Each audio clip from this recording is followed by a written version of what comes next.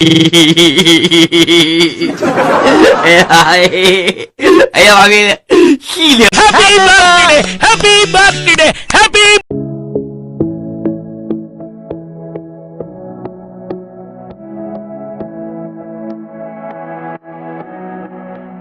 Welcome back to my channel. तो कैसे हैं आप सब लोग? आई होप कि आप सब बहुत अच्छे होंगे। आज का ब्लॉग है कुछ खास। जैसा कि आप लोग जानते हैं कि जब कुछ खास होता है तो ही मैं ब्लॉग लेके आती हूँ। तो आज भी ब्लॉग में देखते हैं एंड में क्या क्या होता है। तो ब्लॉग में आखिरी तक बने रहेगा और अगर ब्लॉग अच्छा लगेगा तो लाइक बटन ज़रूर दबाइएगा। तो जैसा कि आप लोग मेरे घर के सामने का माहौल देख सकते हैं, जो कि अभी सुबह सुबह का समय है, तो एकदम शांति शांति सी है और रोड भी बन रहा है, तो सारी चीज़ें हो रही हैं। तो रोड बन रहा है तो पेड़ तो कटना जायज़ ही है। तो रास्ते में आ गया था एक बड़ा सा बहुत ही सुंदर हरा भरा सा नीम का पेड़, जो कि काटना बहुत ज़्यादा ज़रूरी था। तो यहाँ पे पेड़ कट रहा है और जैसे जैसे पेड़ कट रहा है वैसे वैसे लग रहा है मेरे दिल में दर्द हो रहा है, क्योंकि पेड़ कटना नहीं चाहिए। कोशिश यही हो कि हम लोग जितना ज़्यादा पेड़ लगा सकें उतना लगाया जाए। पेड़ कटना नहीं चाहिए, ना काटना चाहिए, लेकिन मजबूरी का नाम महात्मा गांधी सुना ही होगा आप लोग ने। तो बस यहाँ पे मैं आ गई थी नीचे, कुछ सामान लेना था, शाम का समय था। ये 2 दिन का ब्लॉग कंबाइन करके मैंने डाला है, 2 दिन का वीडियो है। रोड के चक्कर में मेरे भैया जो हैं, आप देख सकते हैं, अपना घर भी तोड़ रहे हैं। मतलब इसमें कुछ रखते थे वो, तो उसको भी अब हटाना पड़ रहा है, क्योंकि हम लोग को नहीं, रोड बनाना ज़रूरी है। तो बस यहाँ पे रोड के लिए खुदाई शुरू हो गई है और मैं और मेरा भाई निकल गए थे, क्योंकि मेरे घर आने वाले थे गेस्ट। तो मैं और मेरा भाई निकल गए थे कुछ सामान लेने के लिए। मम्मी ने इसको कहा था परवल लाने के लिए और ये बैंगन लेके आ गया था, तो उसी को हम लोग लौटाने जा रहे थे। तो यहाँ पे आप देख सकते हैं भैया ने सारा अरेंजमेंट कर दिया, मतलब पूरा घर अच्छे से टूट चुका है।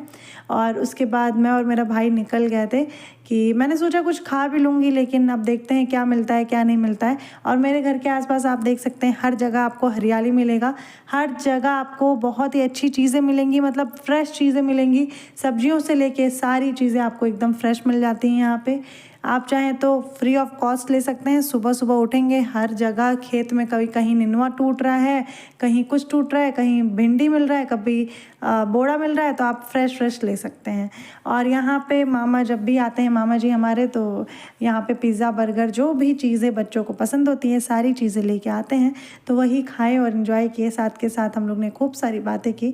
और उसके बाद अगले दिन सुबह मैं यहाँ पे आ गई हूँ और जैसा कि कल जो आपने देखा था, जैसा रूटीन चल रहा था, वही पूरा माहौल था, वही सारी चीज़ें चल रही थी।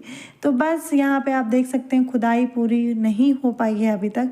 अब देखते हैं धीरे धीरे तक रोड कब तक बनता है। और अब तो और भी ज़्यादा ख़राब हो गया है माहौल जो है रोड के चक्कर में। साथ के साथ सुबह सुबह बच्चे आ गए थे तो मैं पढ़ाने भी लगी थी और यहाँ पे मेरा भाई अपने क्लास के लिए जा रहा था।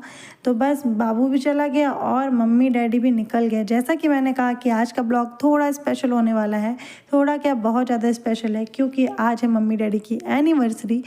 थोड़ी बहुत चीज़ें जो होती हैं ना, जैसे एनिवर्सरी है, कभी कभार क्या होता है कि जब खुशी का माहौल होता है तब भी आप दुखी हो जाते हैं, और दुखी का माहौल होता है तो आप तो दुखी हो ही जाते हैं।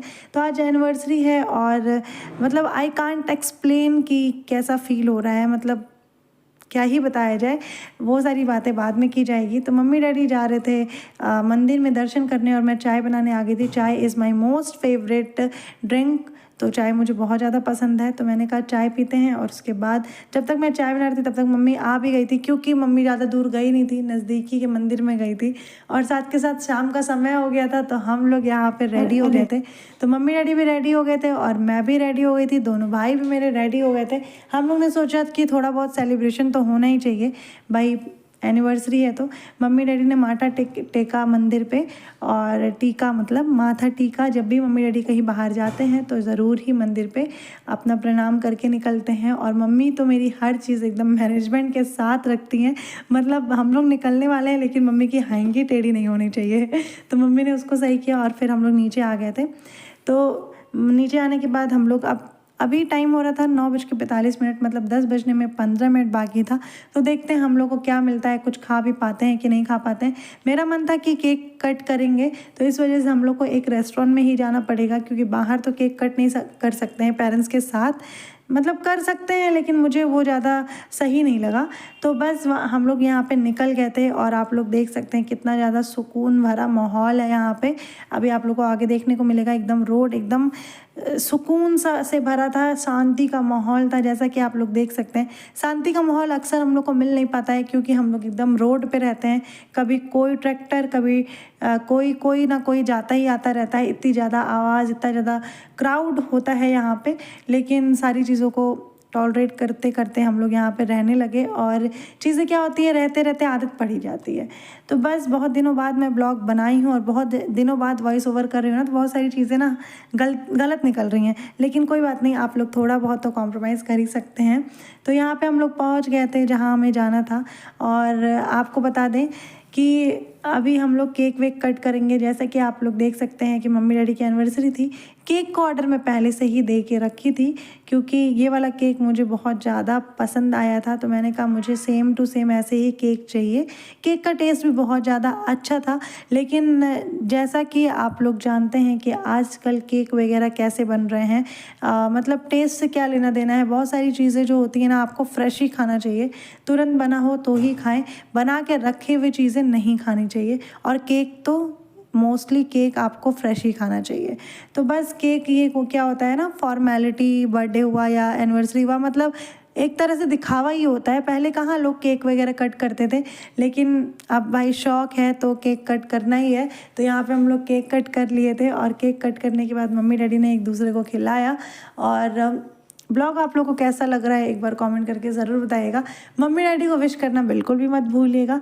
तो यहाँ पे केक कटिंग हो गई थी, मैंने कहा कि भाई मैं भी आ जाती हूँ, मैं भी लोग को केक वगैरह खिला देती हूँ। और जब भी कोई खुशी का माहौल होता है ना, मैं थोड़ी इमोशनल हो जाती हूँ, क्योंकि मुझे अब लगता है, अब क्या, आज अब से 3-4 साल पहले से भी मेरे को ऐसा लगता था कि भाई एक ना एक दिन तो मुझे इन लोग को छोड़ के चले ही जाना है। तो ये मेरे लिए बहुत ज़्यादा ही इमोशनल मोमेंट हो जाता है। मैं जो फील करती हूँ वो मैं बता नहीं सकती हूँ, ना किसी को नहीं बता सकती हूँ, मतलब ऐसे समय में मुझे कैसा फील होता है। और अब तो ज़्यादा समय बचा भी नहीं है, मतलब 2-3 साल बाद तो बेटा गर्ग मेरा हो ही जाने वाला है। तो मैं थोड़ा ज़्यादा ही सोचती हूँ, और पेरेंट्स से किसको प्यार नहीं होता है, पेरेंट्स भाई बहनों से। तो ये सारी चीज़ें थोड़ी सी लगती हैं, लेकिन मैं ज़्यादा सोचती नहीं हूँ। कभी कभार बहुत ज़्यादा सोच लेती हूँ, और कभी कभार लगता है कि नहीं भाई ज़्यादा सोचना नहीं चाहिए, क्योंकि बहुत ज़्यादा रोना वोना आ जाता है। और ये सारी चीज़ें मुझे ही सफ़र करनी है, तो मैं किसको किसको जाके बताऊँ। तो बस यहाँ पे खाना आ गया था हमारा, जैसा कि रात का समय था और हम लोग को भूख भी बहुत ज़्यादा लगी थी, तो हम लोग ने हैवी खाना ही मंगाया था। और रात में मैं मोस्टली हैवी खाना खा के सोती हूँ, जैसा कि नहीं सोना चाहिए, हैवी खाना खा के नहीं सोना चाहिए रात में, लेकिन मैं इसलिए ज़्यादा हैवी खा के सोती हूँ क्योंकि ना मुझे रात में भूख लग जाती है।